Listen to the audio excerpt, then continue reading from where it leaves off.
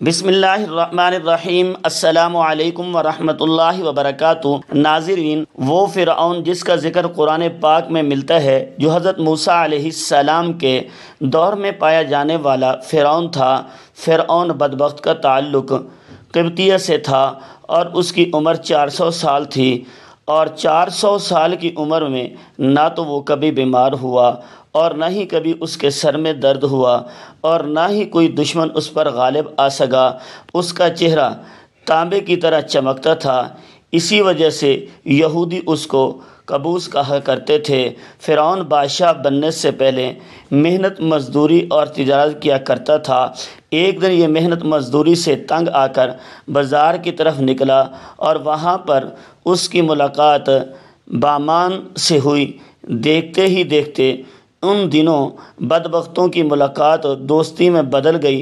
اگرچہ یہ دونوں ملعون کام کی تلاش میں شہر کی طرف روانہ ہو گئے، اور ان دنوں شہر میں خربوزوں کی خرید و فروخت کا کام زیادہ تھا۔ اسی طرح یہ دونوں بدبخت ایک خربوزے والے کے پاس گئے اور اس سے کام مانگا۔ چنانچہ اس وقت اس خربوزے والے نے ان دونوں سے کہا، میرے خربوزے لے جاؤ اور بازار میں جا کر فروخت کرو۔ جب یہ مال تم دونوں فروخت کر لو گے تو میں تمہیں کھانے کے لیے کچھ دے دوں گا۔ اس وقت خربوزے والے کی یہ بات سن کر فرعون نے بامان سے کہا کہ تم یہیں ٹھہرو اور میں یہ خربوزے لے جاتا ہوں اور بازار میں فروخت کر آتا ہوں۔ چنانچہ ایسا ہی کیا۔ فرعون وہ خربوزے لے کر شہر کی طرف چلا گیا، اور وہاں جا کر فرعون نے دکانداروں سے خربوزے خریدنے کا کہا۔ تو اس وقت دکانداروں نے فرعون سے کہا، ہم تو سودا ادھار پر خریدتے ہیں اور فروخت کرنے کے بعد اس کی رقم ادا کرتے ہیں، اور یہاں کا یہی دستور ہے۔ چنانچہ دکانداروں کی یہ بات سن کر فرعون کو کچھ دیر کے لیے خاموش ہو گیا پھر ایسے ہی وعدے پر وہ سامان فروخت کر کے واپس چلا آیا۔ واپس آ کر خربوزے کے مالک سے کہا، مجھے یہ کام اچھا نہیں لگتا۔ اتنا بول کر فرعون وہاں سے چلا گیا۔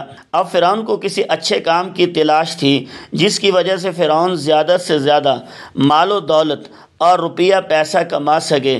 اس کے بعد فرعون بادشاہ مصر کے دربار میں چلا گیا اور اس کی خدمت میں جا کر درخواست پیش کر دی کہ میں بہت دور سے آیا ہوں، میں بہت غریب ہوں اور مجھے کسی کام کی تلاش ہے، اور میں کھانے پینے سے بھی عاجز ہوں۔ بطور فدوی مجھے کوئی کام دے دیا جائے اور اس غلام کو اس جگہ پر مامور فرما کر سرفراز کیا جائے۔ چنانچہ اس وقت فرعون کی یہ بات سن کر مصر کے بادشاہ نے کہا، تو کون سا کام چاہتا ہے؟ چنانچہ بادشاہ کی یہ بات سن کر فرعون نے کہا کہ مجھے مصر کے قبرستان کے دروغے دے دی جائے، اور اس کے بدلے میں کچھ رقم فدیے کے طور پر شاہی خزانے میں سے جمع کروایا کروں گا، اور باقی رقم اپنے پاس رکھوں گا، اور میری اجازت کے بغیر مصر کے اس قبرستان میں کوئی بھی مرد دفن نہ ہوگا۔ یہ بات سن کر اس وقت کے بادشاہ مصر نے فرعون کو مصر کے قبرستان کی دروغی دے دی۔ چنانچہ اسی طرح مصر کے قبرستان کے دروغی ملتے ہی فرعون بہت خوش ہوا اور خوشی خوشی جا کر قبرستان کے دروازے پر بیٹھ گیا اور انتظار کرنے لگا کہ اب کون آئے گا جو اپنے مردے کو قبرستان میں دفن کرے گا۔ ناظرین، اللہ تعالیٰ کے حکم سے ایسا ہوا کہ اسی سال مصر میں ایک وبا پھیل گئی، جس کی وجہ سے مصر کے بہت سارے لوگ مرنا شروع ہو گئے۔ فرعون نے جب یہ دیکھا تو اس نے ہر لاش کے بدلے ان کے وارثوں سے ایک ایک سونے کا درہم لینا شروع کر دیا، اور اس کے بعد کچھ ہی دنوں میں فرعون کے پاس بہت ساری دولت جمع ہو گئی اور فرعون امیر ہو گیا۔ اتنا مال و دولت زیادہ اکٹھا ہو جانے کے بعد فرعون نے سوچا کیوں نہ مصر کے تمام قبرستان کو اپنے انڈر ہی کیا جائے۔ لہذا فرعون نے ایسا ہی کیا۔ فرعون نے وقت کے بادشاہ کو بہت سارے پیسے دیے اور مصر کے تمام قبرستان کی دروغی اپنے ذمے لے لی۔ چنانچہ اسی طرح فرعون قبرستان کی دروغی کے ذریعے بادشاہ مصر کے خزانے میں بہت سارا روپیہ پیسہ جمع کرواتا، اور فرعون کے اس عمل سے بادشاہ مصر بہت خوش ہوا، اور بادشاہ مصر فرعون کو پیار اور عزت دینے لگا۔ چنانچہ اسی دوران اللہ کے حکم سے ایسا ہوا کہ اس وقت مصر کا وزیر مر گیا۔ چونکہ فرعون اس وقت بادشاہ مصر کا بہت زیادہ قریبی بندہ بن چکا تھا، لہذا مصر کے بادشاہ نے فرعون ہی کو مصر کا وزیر مقرر کر دیا۔ اقتدار ملتے ہی فرعون اقتدار کے نشے میں بدمست ہو گیا اور اس نے اپنے بدبخت دوست بامان کو بھی اپنے پاس بلوا لیا۔ اس وقت فرعون اپنے دوست بامان سے کہنے لگا، میں چاہتا ہوں کہ میں خدائی کا دعویٰ کروں اور ساری مخلوق مجھے خدا مانے اور میری عبادت کریں۔ فرعون کی یہ بات سن کر بامان بہت حیران ہو گیا اور بامان فرعون سے کہنے لگا، اگر تو خدائی کا دعویٰ کرنا چاہتا ہے تو سب سے پہلے بنی اسرائیل کی تمام مخلوق کو اپنے ہاتھ میں لے لے اور ان کے دل میں اپنی محبت پیدا کر۔ بامان کی یہ بات سن کر فرعون نے بامان سے کہا، ایسا کرنے کے لیے آخر کیا کیا جائے اور یہ لوگ کس طرح مجھے اپنا خدا تسلیم کریں گے؟ کیونکہ اس وقت تمام لوگ حضرت یوسف علیہ السلام اور حضرت یعقوب علیہ السلام کے دین پر تھے، اور کسی طرح وہ لوگ اپنے دین کو چھوڑ کر فرعون کو اپنا خدا تسلیم کریں۔ اس وقت فرعون نے اپنے دوست بامان سے اس کے بارے میں کوئی تدبیر نکالنے۔ فرعون کی یہ بات سن کر بامان کچھ دیر کے لیے سوچتا رہا اور پھر تدبیر نکال لی کہ بادشاہ مصر سے یہ درخواست کی جائے کہ میں چاہتا ہوں کہ مصر کے تمام لوگوں کی تمام تر خوبیاں مفت میں پوری کی جاتی ہیں اور ان لوگوں کے تمام تر اخراجات اپنی ہی جیب سے ادا کروں گا، اور جو لوگ جو چیز بھی حاصل کرنا چاہیں وہ مفت حاصل کر سکتے ہیں۔ چنانچہ اس وقت بادشاہ مصر نے فرعون کی یہ بات سن کر اس کی یہ درخواست قبول کر لی اور 1 سال کے لیے تمام مصریوں کو یہ رعایت فراہم کر دی، اور فرعون نے 1 سال میں ہونے والے تمام تر اخراجات کی رقم بامان کے ہاتھوں میں بادشاہ کے خزانے میں جمع کروا دی، اور پوری مصر میں یہ اعلان کروا دیا گیا کہ اس سال خزانہ رعایتوں پر دستیاب ہے۔ ہم نے اپنی طرف سے تمام تر اخراجات کی رقم بادشاہ مصر کے خزانے میں جمع کرا دی ہے، اور مزید 2 سال کے اخراجات کی معافی کے لیے ہم نے دربار اعلیٰ میں درخواست کی ہے اور وہ بھی قبول ہو گئی ہے۔ چنانچہ فرعون کی یہ بات سن کر مصر کے تمام لوگ بہت خوش ہوئے، اور مصر کے تمام لوگوں نے فرعون کی ترقی کے لیے خوب دعائیں کی۔ چنانچہ ادھر مصر کی عوام فرعون کے اس عمل سے بہت خوش تھی، اور ادھر چند دن بعد مصر کا بادشاہ اللہ کے حکم سے اپنی موت آپ مر گیا۔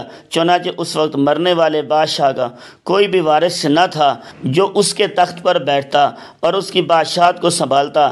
اسی طرح مصر کے بادشاہ کی تدفین کے بعد 3 دن تک عیادت ہوتی رہی، اور چوتھے روز مصر کے تمام لوگ بادشاہ مصر کی دربار میں حاضر ہوئے اور کہنے لگے، بادشاہ کے تخت پر کس کو بٹھایا جائے، کیونکہ ملک بادشاہ کے بغیر نہیں چل سکتا۔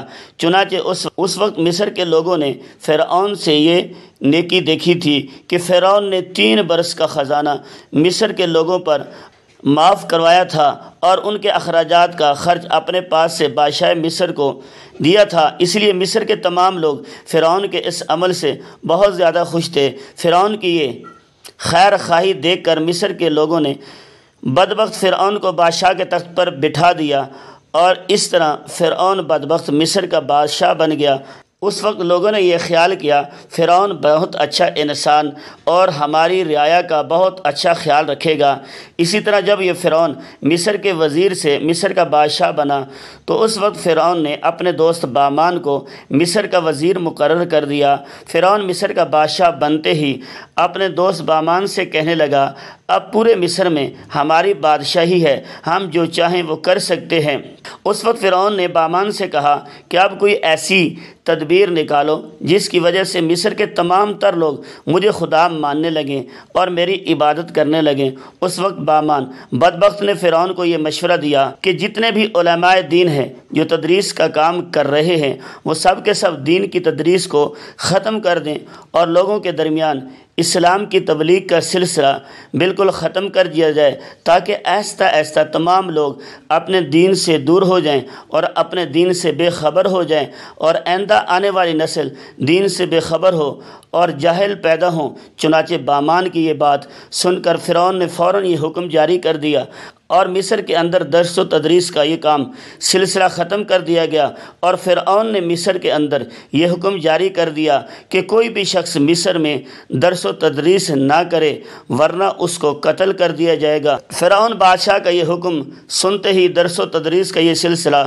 ختم کر دیا گیا اور مصر کے لوگوں نے بالکل پڑھنا لکھنا چھوڑ دیا۔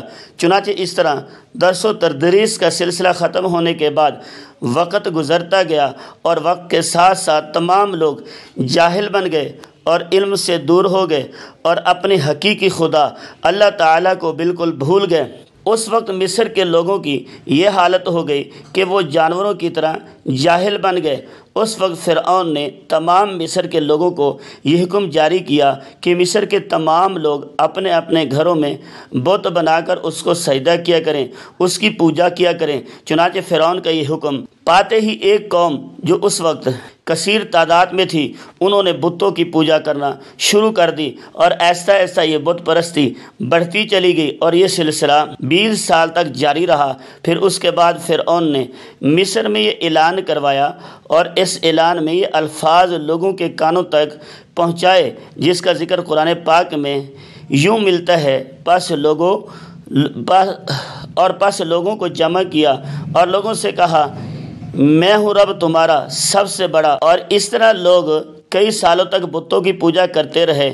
جب لوگ مشرک اور بت پرست بن گئے تو اس وقت فرعون نے یہ حکم جاری کیا کہ اپنے گھروں میں موجود تمام بتوں کو توڑ دیا جائے اور مجھے خدا مانا جائے اور میری پوجا کی جائے۔ چنانچہ فرعون کا یہ حکم ملتے ہی تمام لوگوں نے ایسا ہی کیا، تمام قوموں نے بتوں کو توڑ دیا اور فرعون کی پوجا شروع کر دی اور فرعون کو خدا ماننے لگے۔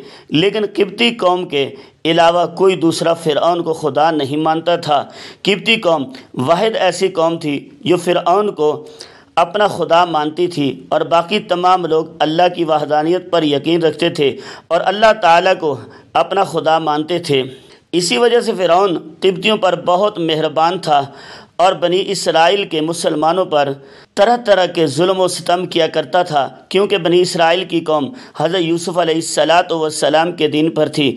اسی وجہ سے تو فرعون ان پر ظلم کرتا تھا۔ فرعون تاریخ میں وہ ظالم بادشاہ گزرا ہے جس نے خدائی دعویٰ کیا تھا، جس کی ظلم کی داستانوں سے تاریخ کے اوراق بھرے پڑے ہیں۔ بنی اسرائیل کو غلام بنا کر ان پر بڑے ظلم ڈھانے لگا، بنی اسرائیل کو غلام بنا کر ان پر بڑے ظلم ڈھائے تھے۔ باندھی اور اپنی بیوی حضرت آسیہ رضی اللہ تعالیٰ عنہ پر ظلم کے پہاڑ توڑ کر ان کو شہید کر ڈالا۔ آخرکار اللہ تعالیٰ نے اس کو اس کے تکبر کے ساتھ دریائے نیل میں غرق کر دیا، حکومت کو نیست و نابود کرتے ہوئے اور تہس و نیس کر ڈالا۔ رہتی دنیا تک کے لیے اس کو عبرت کا نشان بنا کر یہ ثابت کر دیا کہ تکبر کا انجام صرف بربادی ہے اور تکبر صرف اللہ کی چادر ہے۔ فرعون کے محل میں ایک عورت فرعون کی بیٹیوں کے بال سنوارا کرتی تھی۔ ایک بار وہ فرعون کی بیٹی کے بال سنوار رہی تھی کہ ان کے ہاتھ سے کنگھی نیچے گر گئی۔ جب وہ کنگھی اٹھانے لگی تو انہوں نے اللہ کا نام لیا۔ جب اس باندھی نے اللہ رب العزت کا نام لیا تو فرعون کی بیٹی سمجھ گئی یہ تو میرے والد کو معبود نہیں مانتی، حضرت موسیٰ علیہ السلام کے اللہ پر ایمان رکھتی ہے۔ چنانچہ اس لڑکی سے پوچھا کیا تم میرے والد کو خدا نہیں مانتی؟ تو اس نے کہا ہرگز نہیں، میرا خدا تو وہ ہے جو حضرت موسیٰ علیہ السلام کا پروردگار ہے۔ جب لڑکی نے دو ٹوک جواب سنا تو وہ اٹھ کر اپنے باپ کے پاس گئی اور کہنے لگی آپ کے محل میں آپ کے زیر سایہ رہنے والی عورت آپ کو تو خدا نہیں مانتی۔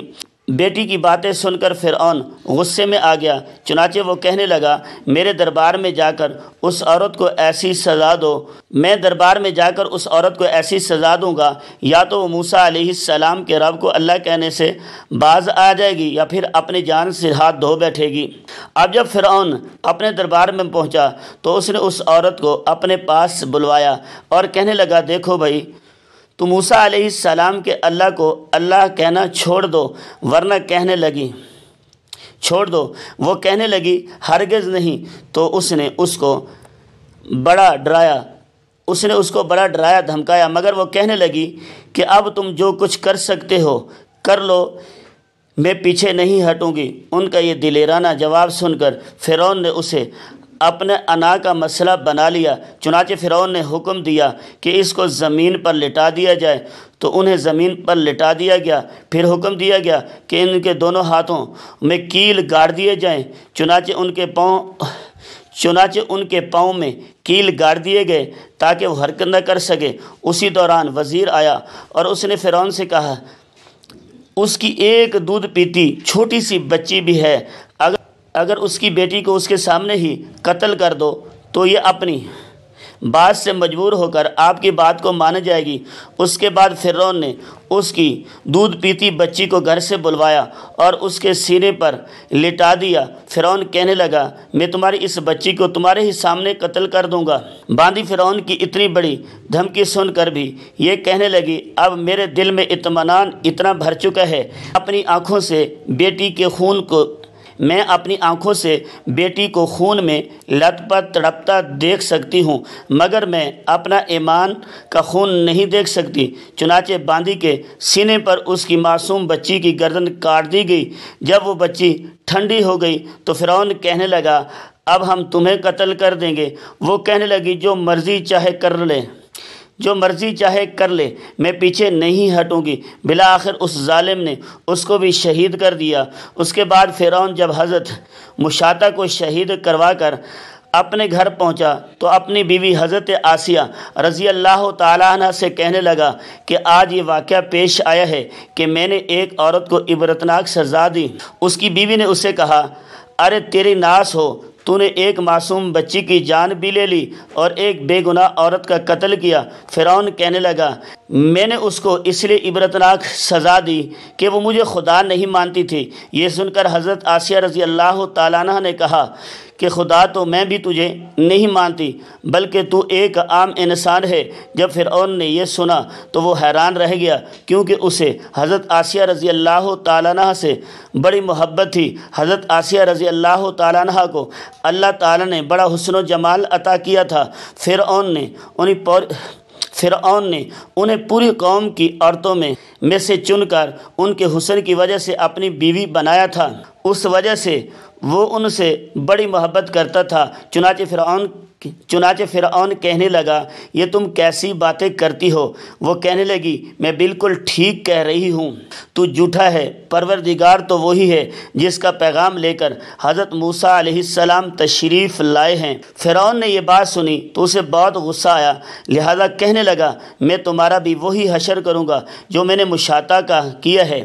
وہ کہنے لگی، تو جو چاہتا ہے کر لے، میرے ساتھ میرا پروردگار ہے۔ اب میں نے یہ فیصلہ کر لیا ہے کہ میں اپنے پروردگار کو کبھی نہیں چھوڑ سکتی، البتہ تیری ہر چیز کو لات مار سکتی ہوں۔ جب اس نے یہ بات سنی تو وہ پھر دربار آیا اور اس نے پھر سے لوگوں کو جمع کیا اور کہنے لگا، دیکھو یہ کتنی بڑی سازش ہو گئی ہے۔ موسیٰ علیہ السلام نے میری بیوی کو بھی بہکا لیا ہے۔ آج میں اس عورت کو یا تو مار ڈالوں گا یا پھر وہ اپنی بات سے ہٹ جائے گی۔ چنانچہ اس نے حضرت آسیہ رضی اللہ تعالیٰ عنہ کو گرفتار کر، ایک وقت تھا وہ ملکہ تھی اور ان کے اشارے پر نوکر چوکر بھاگ کر کام کیا کرتے تھے۔ لوگ احترام کی وجہ سے ان کی طرف آنکھ اٹھا کر بھی نہیں دیکھتے، اور آج وہ فرعون کے دربار میں ملزم بن کر کھڑی ہے صرف اللہ کی محبت میں۔ پھر فرعون حضرت آسیہ رضی اللہ تعالیٰ عنہ سے کہنے لگا، تو اتنی عالیشان محل میں رہتی ہے، اتنی نعمتوں میں پلی ہے، اور میں نے تجھے اپنی محبوبہ بنایا، لیکن میں سب کچھ تجھ سے چھین لوں گا۔ بہتر یہ ہے کہ تو اب باز آ جا، مجھے خدا مان لے۔ حضرت آسیہ رضی اللہ تعالی عنہ کہنے لگے، اب ایمان قبول کر لیا ہے، اس لیے میں اپنی بات سے پیچھے نہیں ہٹ سکتی۔ چنانچہ فرعون نے فیصلہ کر لیا کہ اسے بھی سزا دوں گا۔ اس کے بعد فرعون نے سب سے پہلے سزا کے طور پر انہیں رسوا کرنے کا فیصلہ کیا۔ چنانچہ اس نے کہا، سب سے پہلے اس عورت کے جسم سے لباس اتار دیا جائے۔ اب سوچنے کی بات ہے، کس مرد کو کہا جائے کہ تجھے لوگوں کے درمیان بے لباس کر دیں؟ اس عورت کے جسم سے لباس اتار دیا جائے۔ اب سوچنے کی بات ہے کہ کس مرد کو کہا جائے کہ تجھے لوگوں کے درمیان بے لباس کر دیں گے۔ تو اس کو کیسی شرم آئی۔ وہ چاہتا ہے کہ زمین پھٹ جائے اور اس میں شرم سما جاوے، اور عورت کے اندر اللہ تعالیٰ نے شرم اور حیا زیادہ رکھی ہے۔ فرعون نے ان کے جسم لباس اتروا دیا۔ وہ کیسی صورتحال کا شکار ہوئے، ایک طرف ایمان ہے، دوسری طرف امتحان ہے، لیکن وہ ڈٹی رہی۔ فرعون نے کہا اچھا اگر آپ بھی نہیں مانتے تو میں تجھے اس طرح کا عذاب دوں گا۔ چنانچہ فرعون نے کہا کہ اس کے منہ میرے محل کی طرف کر کے لٹا دو تاکہ آخری وقت بھی نگاہیں اس کی میرے محل پر لگی رہیں، اور اس کی زمین میں یہ بات رہے کہ ان نعمتوں کو ٹھکرا کر ذلیل اور خوار ہو کر میں رہی ہوں۔ لہذا انہیں فرعون کے حکم کے مطابق لٹا دیا گیا۔ ان کے ہاتھوں اور پیروں میں لوہے کی کیلیں گاڑ دی گئی تاکہ وہ ہل نہ سکیں۔ اس کے بعد فرعون نے لوگوں کو بلا کر کہا اس کے جسم سے کھال اتار دو۔ اس ظالم نے زندہ کے جسم سے کھال اتروا دی، وہ بھی عورت نازک بدن۔ انہیں اللہ کے نام پر تکلیف دی جا رہی تھی، اسی طرح ان کے جسم سے کھال کو الگ کر دیا گیا۔ اللہ کی شان دیکھیں کہ وہ ابھی زندہ تھی مگر جسم زخم بن چکا تھا۔ فرعون کا دل اب تک ٹھنڈا نہیں ہوا تھا، چنانچہ وہ کہنے لگا مرچیں لاؤ اور اس کے پورے جسم پر مرچیں چھڑک دو۔ حضرت آسیہ رضی اللہ تعالیٰ عنہ کے جسم پر مرچیں ڈال دی گئی تو وہ مچھلی کی طرح تڑپنے لگی، اور تڑپنے کی حالت میں انہوں نے اللہ تعالیٰ کے حضور دعا مانگی، اے اللہ فرعون کا محل سامنے ہے اور یہ کہتا ہے کہ ہم نے تمہیں اس محل سے نکال دیا ہے، آج کے بعد تم اس محل میں نہیں جا سکو گی، اسی لیے اے اللہ مجھے اس محل کے بدلے جنت میں تیرے پاس ایک گھر چاہیے، اور مجھے فرعون اور اس کے عمل سے نجات عطا فرما۔ اللہ تعالیٰ نے اس حال میں ان کو شہادت کے مرتبے پر فیض فرمایا اور جنت میں حضور اکرم صلی اللہ علیہ وسلم کی زوجہ محترمہ بنا دیا۔ ناظرین، ماضی میں لوگوں نے کیسی کیسی قربانیاں دے کر اپنے ایمان کو بچایا، ظلم کی پہاڑ سہ لیے، لیکن ایمان کا سودا نہیں کیا، ہر باطل طاقت سے ٹکرا گئے لیکن اللہ کو ناراض نہ کیا۔ آج گئے گزرے دور میں ہم سب سے بہت چھوٹی قربانی مانگی جاتی ہے۔ کیا ہم اتنے احسان فراموش ہیں اور اتنے گئے گزرے ہو گئے ہیں کہ ہم 5 وقت کی نماز بھی نہ پڑھ سکیں؟ اللہ تعالی ہمیں عمل کی